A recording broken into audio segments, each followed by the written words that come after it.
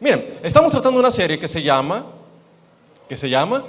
Lo que creemos, ¿no? Y estamos hablando de las diferentes doctrinas y creencias que conforman a nuestro pensar aquí en el círculo. Claro, todo esto a la luz de la Biblia. Y en el día de hoy me gustaría hacer algo un poquito diferente a lo que tiendo a hacer cuando estoy acá delante de ustedes. En primer lugar, hoy vamos a fundir. Sí, hoy vamos a fundir, vamos a hacer algo que nos gusta en el discipulado de jóvenes adultos. Vamos a presentar argumentos e ideas, premisas que nos van a retar a pensar. Así que si usted es de los que les gusta escribir, anotar, lo va a hacer hoy bastante bien. En segundo lugar, simplemente decir que lo que vamos a tratar hoy es lo que creemos acerca de Dios. Muy bien. Y entonces hoy vamos a hablar de 4 doctrinas o creencias que tenemos sobre Dios aquí en el círculo y cómo cada una de esas creencias nos pueden ayudar a vivir una vida que esté apegada a los principios de Dios, que sea una vida conforme a todo lo que el Señor espera de nosotros. Y en primer lugar, y para no darle mucha larga a esto, lo primero que creemos sobre Dios es que Dios es creador de todas las cosas. Vamos a leer Hechos 17, 24 a 25. Leemos la palabra en el nombre de Jesús. Él es el Dios que hizo el mundo y todo lo que hay en él. Ya que es el Señor del cielo y de la tierra, no vive en templos hechos por hombres. Y las manos humanas no pueden servirlo, porque Él no tiene ninguna necesidad. Él es quien da vida y aliento a todo y satisface cada necesidad. Es decir, nosotros en el círculo entendemos que Dios es el creador de los cielos y de la tierra, que todo lo que existe y subsiste es por el poder de Dios, es por la voluntad de Dios. Sin embargo, nosotros no creemos esto solamente porque la Biblia lo dice, sino que también creemos esto porque entendemos que existe evidencia lógica y científica que nos permite llegar a esta conclusión. Para esto quiero presentar 2 argumentos lógicos. El primero, si la presentación me quiere ayudar, gracias, es el argumento cosmológico de Kalam.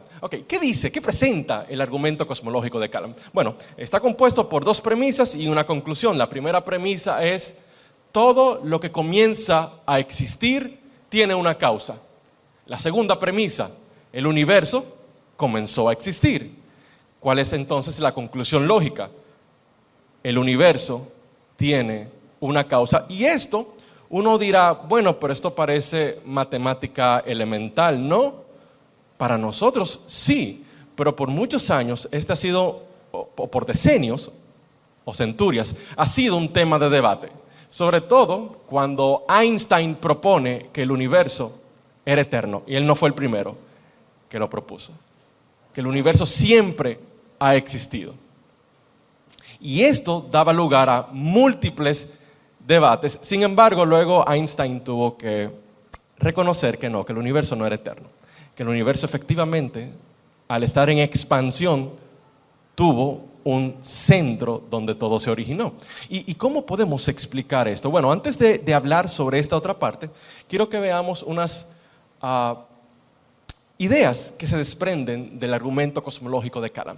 En primer lugar, tiene que haber una causa no causada, es decir, tiene que haber algo que dio origen a todas las cosas. Y esto que dio origen a todo lo que existe no pudo haber tenido una causa. Es lo que Santo Tomás de Aquino habla en sus 5 vías acerca de la existencia de Dios. Hay una causa no causada. En segundo lugar, esta causa no causada debe estar fuera del espacio, del tiempo y de la materia. ¿Por qué razón? Porque tiempo, espacio y materia comenzaron a existir a la vez, y eso lo vamos a ver en el segundo argumento. Por ende, esta causa no causada que dio origen y luz a la materia, al espacio y al tiempo debe ser, por ende, atemporal, dígase, eterna, no debe estar limitada por el espacio y es inmaterial.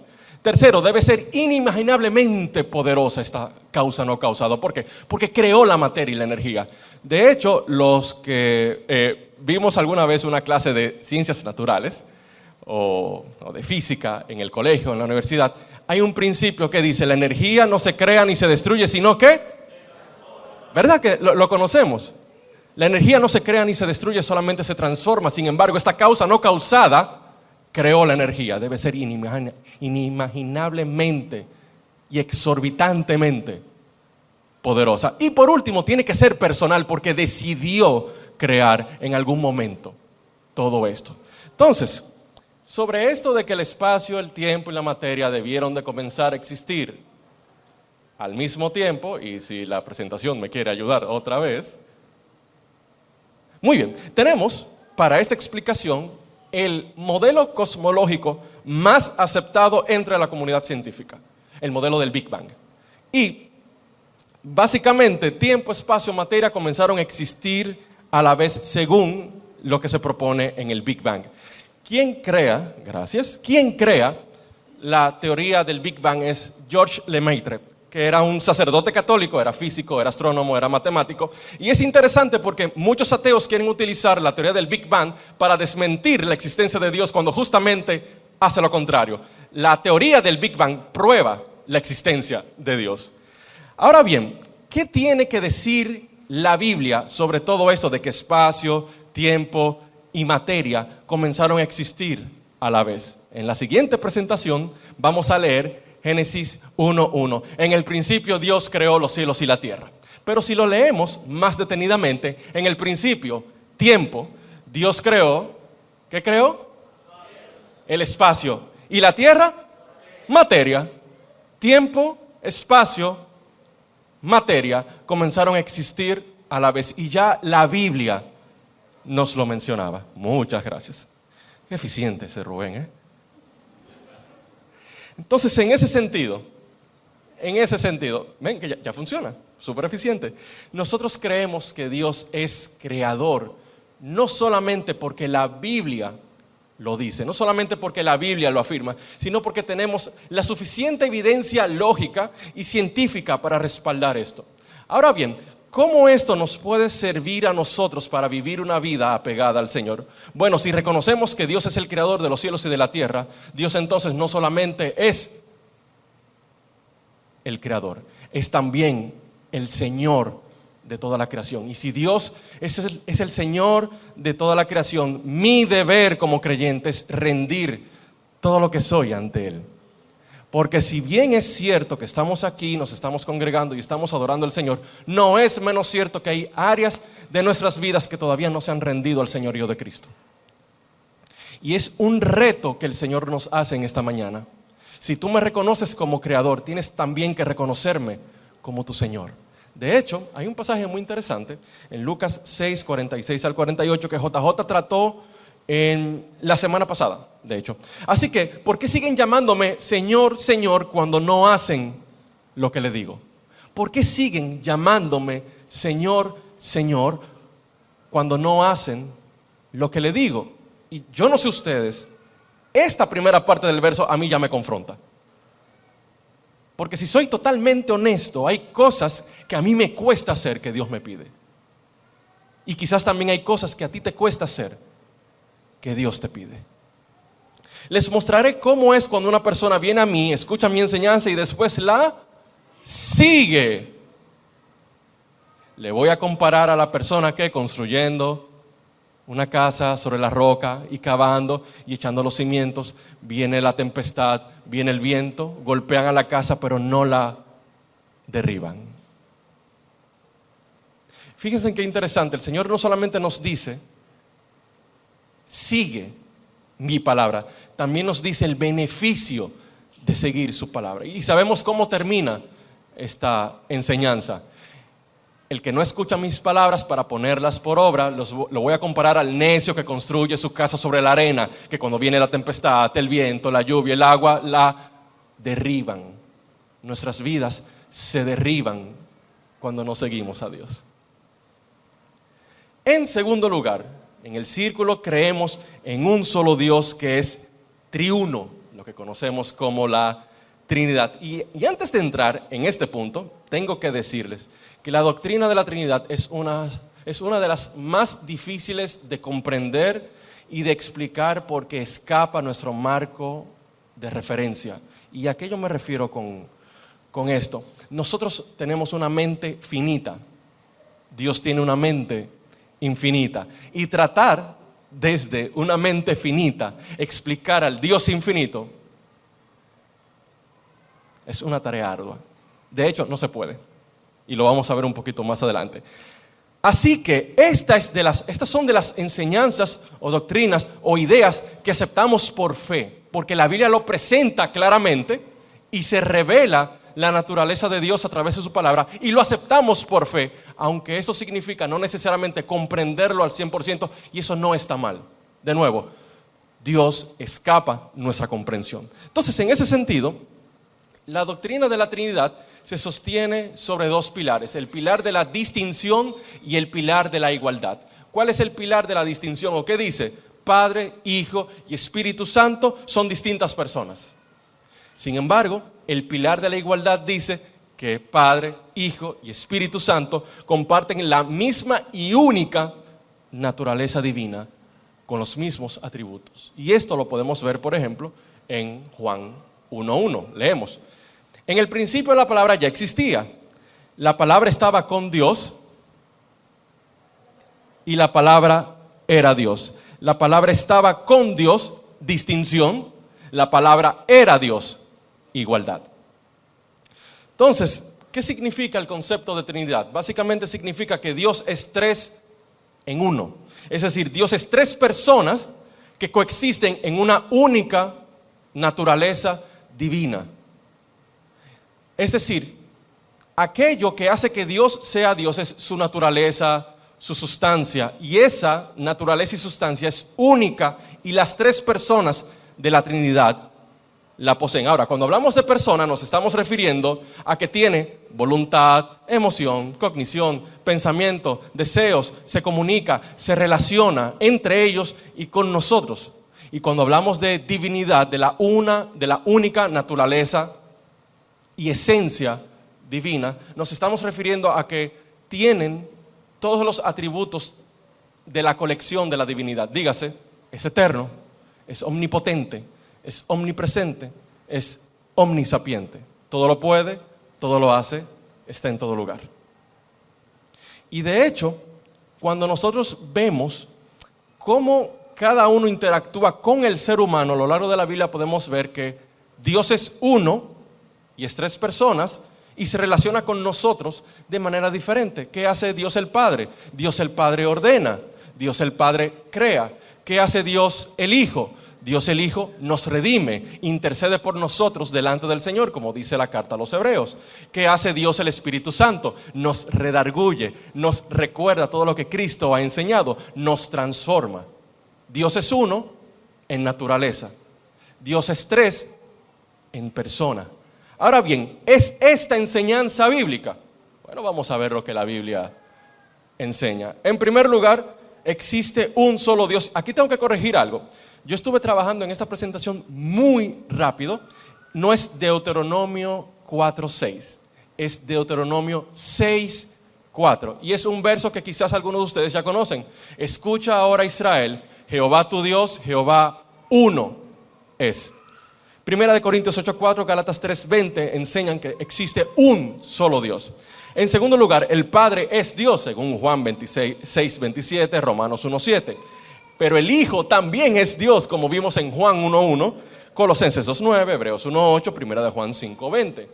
Pero también el Espíritu Santo es Dios, en Hechos 5:3-4, en Primera de Corintios 3:16.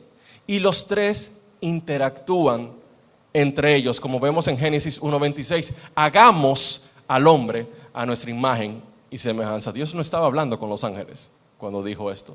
Dios estaba hablando, o era una conversación entre Dios Padre, Dios Hijo, Dios Espíritu Santo. Salmo 110:1 dice: dijo el Señor a mi Señor, siéntate a mi diestra hasta que ponga a todos tus enemigos por debajo de tus pies. David decía que tenía dos señores, Dios el Padre, Dios el Hijo.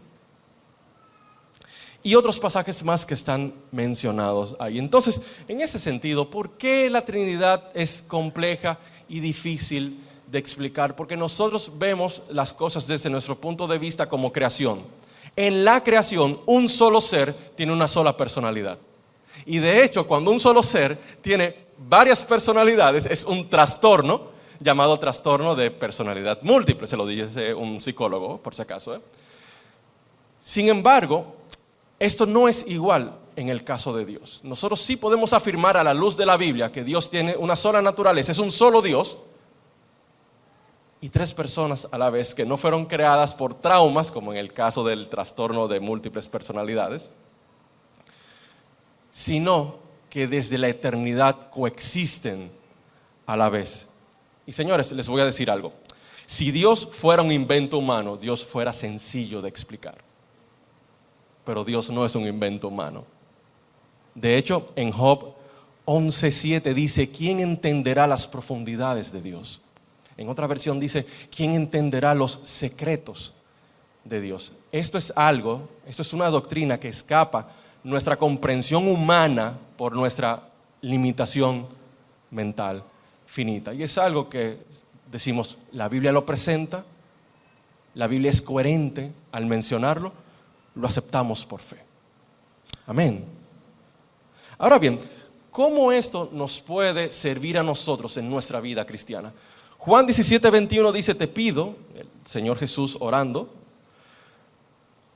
que todos sean uno, así como tú y yo, al Padre, somos uno, es decir, como tú estás en mí, Padre, y yo estoy en ti, que ellos estén en nosotros para que el mundo crea que tú me enviaste. Así como cada persona de la Trinidad está en comunión la una con la otra, tú y yo somos llamados a estar en comunión los unos con los otros, y estamos llamados a amarnos a pesar de nuestras diferencias, estamos llamados a amarnos a pesar de lo difícil que pueda ser la otra persona para nosotros. Porque te tengo una noticia, así como alguien es difícil para ti, tú eres difícil para alguien más, y es algo que nosotros repetimos mucho aquí arriba, porque eso no se trata.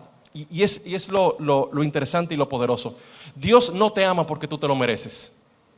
Dios te ama porque le da la regalada voluntad de amarte. Eso es lo que se llama gracia. Justamente ese es el amor que Dios espera que nosotros tengamos los unos con los otros. Yo voy a amar a DJ porque me cae bien y predica chévere y menciona cosas tecnológicas con las que yo me identifico. No, mi hermano. Si estoy amando a alguien por razones que puedo explicar de manera lógica, no es el amor de Dios. Apacienta mis ovejas entonces. No, nosotros fuimos llamados a amar con ese amor que dice, a pesar de que eres como eres y me molesta que eres como eres, tengo que entender entonces que si me molesta como tú eres, es a mí que me falta amarte más todavía. Y a mí me falta entonces orar más por ti y me falta más orar por mí. Tú eres una persona difícil para alguien y alguien es una persona difícil para ti. Y sin embargo estamos llamados a estar en comunión los unos con los otros. ¿Por qué? Porque como dice el Señor Jesús, el mundo sabrá que tú me enviaste si ellos son uno, como tú y yo somos uno. Nos toca entonces en este sentido. Tercero, nosotros creemos que Jesucristo murió por nuestros pecados, resucitó de los muertos y es el único camino al Padre. Y les voy a confesar, aquí hay tres doctrinas en una sola, hice trampa en ese sentido. Entonces, ¿dónde vemos esto? Juan 3:16, porque de tal manera amó Dios al mundo que ha entregado a su único Hijo para que todo aquel que en Él crea no se pierda, mas tenga vida eterna. Y el siguiente pasaje ustedes también lo conocen, Juan 14:6, yo soy el camino, la verdad y la vida, y nadie viene al Padre si no es por mí. Y me voy a tener un momento aquí, porque estos dos pasajes son interesantes. En primer lugar, siempre ha habido, desde hace unos 600 años, 700 años tal vez, más o menos, una disputa acerca de por quién Cristo murió. ¿Cristo murió por todos o Cristo murió por unos cuantos? No, una lectura simple del verso y de otros pasajes de la Biblia enseña que Cristo murió por ti y por mí, por cada uno de los que están aquí, por los que creen, por los que no creen, por los que van a creer y por los que nunca van a creer. El Señor Jesús es tan misericordioso que a sabiendas de que no va a obtener el 100% de nosotros, Él dio el 100% por ti y por mí. Y eso es algo que tiene que ponernos a pensar. Dios sabe que no le vamos a dar siempre el 100%, pero espera que le demos el 100%. Así que esto no es una excusa, es más bien un reto, es un desafío de parte del Señor. Y en cuanto a Juan 14:6, yo soy el camino, la verdad y la vida, y nadie viene al Padre si no es por mí, lamentablemente, muchos venimos o vienen o enseñan que existen múltiples formas para llegar al Padre, que hay múltiples formas de llegar al cielo. No, mi hermano y mi hermana, hay una sola. Cristo es el camino, Cristo es la verdad, Cristo es la vida. Nadie va a venir al Padre si no es por Él. ¿Qué implica esto? Implica que no es ni a tu manera, ni a mi manera, sino a la manera de Cristo. Hay una ocasión, un pasaje que me da mucho miedo, de hecho, cuando el rey David se propone trasladar el arca del pacto a Jerusalén. Llama a sacerdotes, llama a levitas, ponen el arca en una carreta con unos bueyes arrastrando la carreta. Y la lectura de este pasaje, que se encuentra tanto en Reyes como en Crónicas, dice que los bueyes iban sobre una tierra plana y la carreta se estaba tambaleando en una tierra plana. Y un soldado, un guardia llamado Usa, con la mejor de las intenciones, temiendo que el arca se cayera de la carreta, le pone la mano. Para el que sabe la historia, Usa muere en ese instante. Y el rey David se lamenta y dice, no podemos traer el arca a Jerusalén porque la ira del Señor se ha encendido contra nosotros. Es en casa de un sacerdote llamado Obed-Edom. El plot twist es que mientras el arca del pacto estuvo en la casa de Obed-Edom, durante 3 meses prosperó de una manera increíble.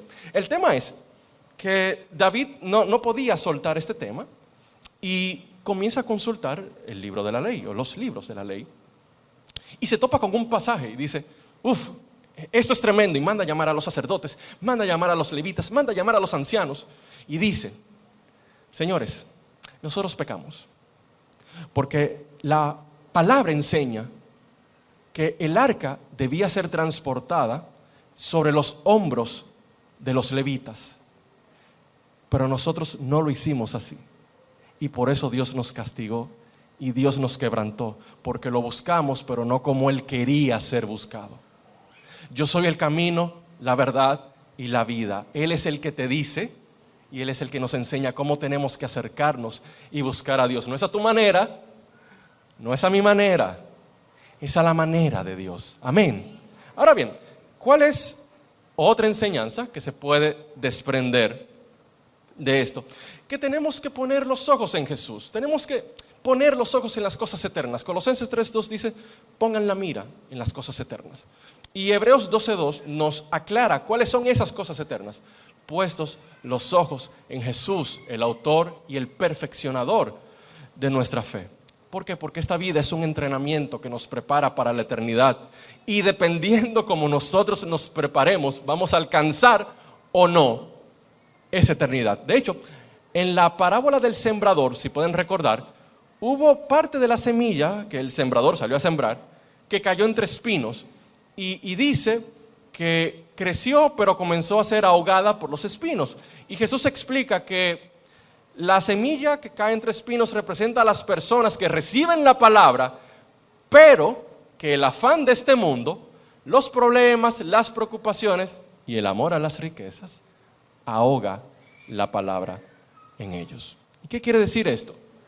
Tú puedes recibir la palabra de Dios, pero puedes estar tan pendiente de las cosas de aquí abajo y quitar la mirada de allá arriba.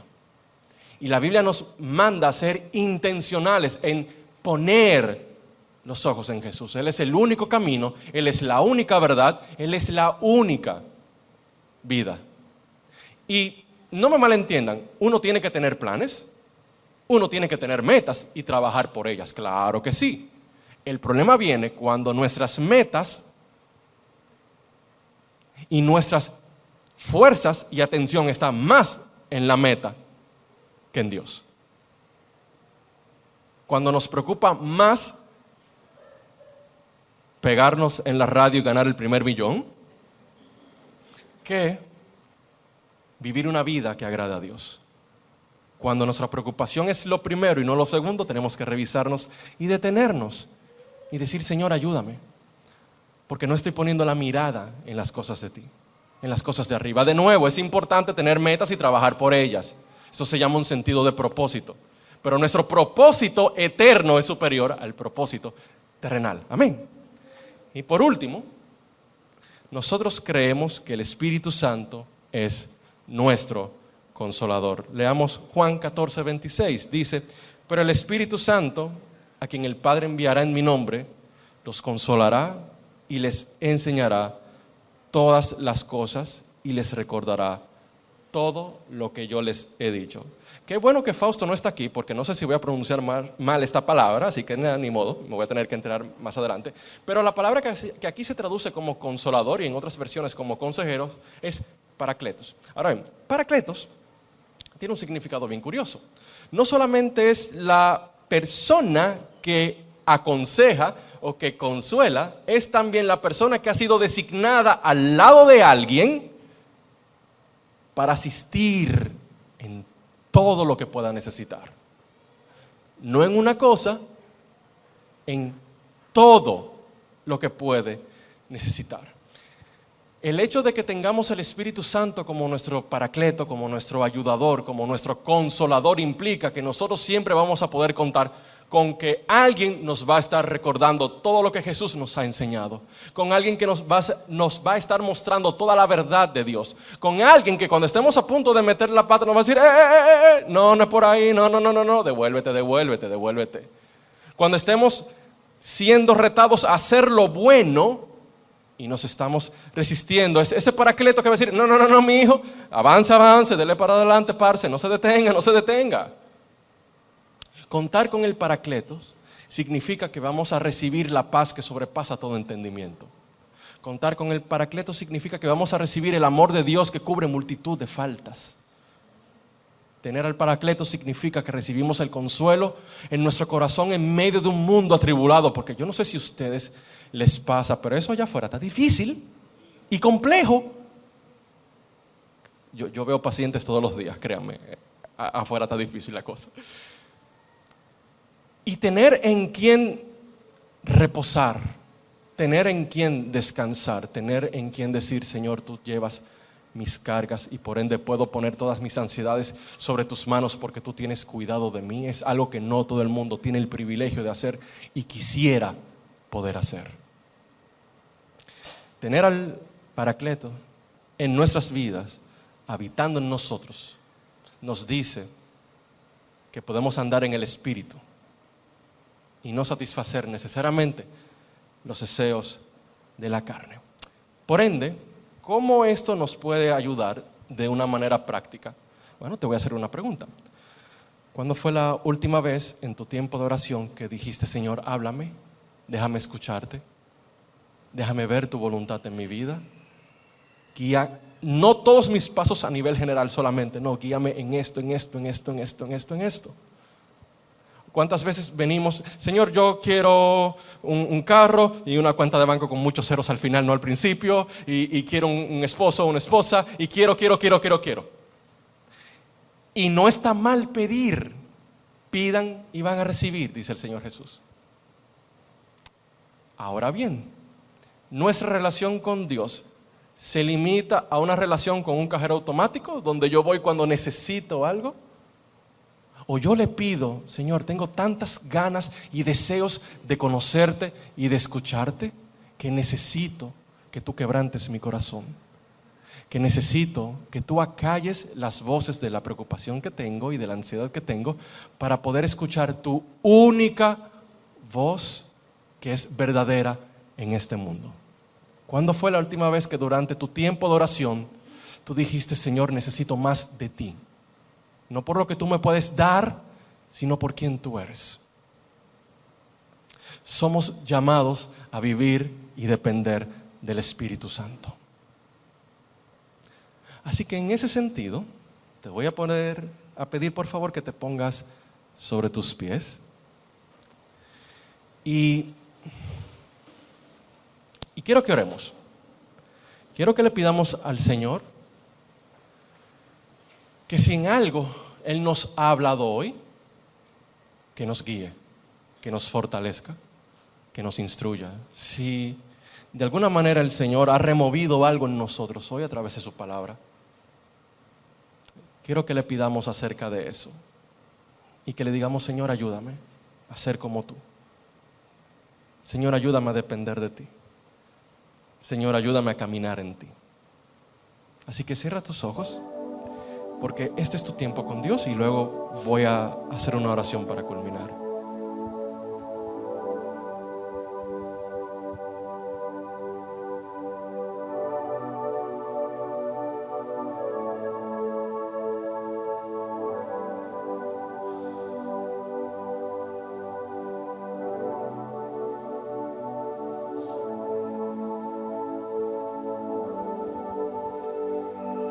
Señor, tú eres el creador de los cielos y de la tierra. Todo lo que existe es gracias a ti, Señor. Tú eres poderoso, tú eres eterno, eres grande y eres asombroso, Señor. Mi mente no te puede comprender y mi mente no te puede explicar. Si yo te pudiera explicar, tú no fueras Dios, pero lo eres, Señor. Y tú sobrepasas cada fibra de mi ser, sobrepasas cada idea mía. Como tu palabra dice, mis pensamientos están más altos que los pensamientos de ustedes, Señor. Y observar tu poder, tu magnificencia me lleva a decirte: Señor, sé mi Señor, sé mi guía, sé mi Dios. No dejes que mis pasos se desvíen de ti, Señor. Ayúdame a hacer lo que tu palabra enseña que yo debo de hacer. Ayúdame a vivir una vida apegada a ti, Señor. Señor, así como tú estás en perfecta comunión, Dios Padre, Dios Hijo, Dios Espíritu Santo, y ustedes como un solo Dios, pero tres personas, coexisten desde la eternidad. Y tú pides, cuando oras por nosotros, que seamos uno para también ser uno contigo, Señor. Ayúdanos a ser uno. Si hay alguna falta en mi hermano, que yo la pueda perdonar, que yo pueda tolerarlo en amor, como tu palabra dice, Señor. Ayúdanos a amar. Queremos amar como tú amas, y tú nos amas de gracia, por tu mera y buena voluntad, Señor. También te pido, por favor, que nos ayudes a recordar que yo no debo buscarte a mi manera, sino a tu manera, como tu palabra enseña, como tú nos diriges, como tú nos guías, como tú nos enseñas, Señor, a buscarte. Yo no puedo ajustarte a mí, soy yo quien debe ajustarse a ti, Señor. Y perdóname por las veces donde yo quiero ajustarte a ti, a mi criterio, a mi conveniencia. Porque cuando hago eso, estoy diciendo que tú no eres el Señor, sino que yo soy el Señor sobre ti. Perdóname mi arrogancia, Señor. Perdóname mi soberbia. Ayúdame a postrarme, no solamente mi cuerpo, sino mi mente y mi corazón ante ti, Señor. Y te pedimos como congregación, oh Señor Espíritu Santo, que tú nos hables cada día y que tú nos transformes a la imagen de Jesús y que nos ayudes a ser más como tú. Te anhelamos a ti, porque ya en primer lugar nos diste el regalo más grande que jamás pudiéramos imaginar y pedir. Nos diste tu salvación. Y tu salvación nos da comunión contigo, y vamos a poder estar en la eternidad junto a ti, en gozo, en alegría, en expectación, maravillados, porque hay tanto que hacer en la eternidad que ni siquiera lo podemos imaginar, Señor. Padre, que los planes, las metas, los sueños que tengo, que tú nos has dado, que tú nos permites construir como seres humanos, que no lo pongamos en primer lugar, sino que te pongamos siempre, siempre, siempre a ti en el primer lugar. Cada día confronta lo que hacemos. Guíanos, Espíritu Santo. Dirígenos, Espíritu Santo. Enséñanos la palabra, Espíritu Santo. Recuérdanos toda la verdad de Cristo, todo el consejo de Dios, en el nombre poderoso de Jesús. Amén.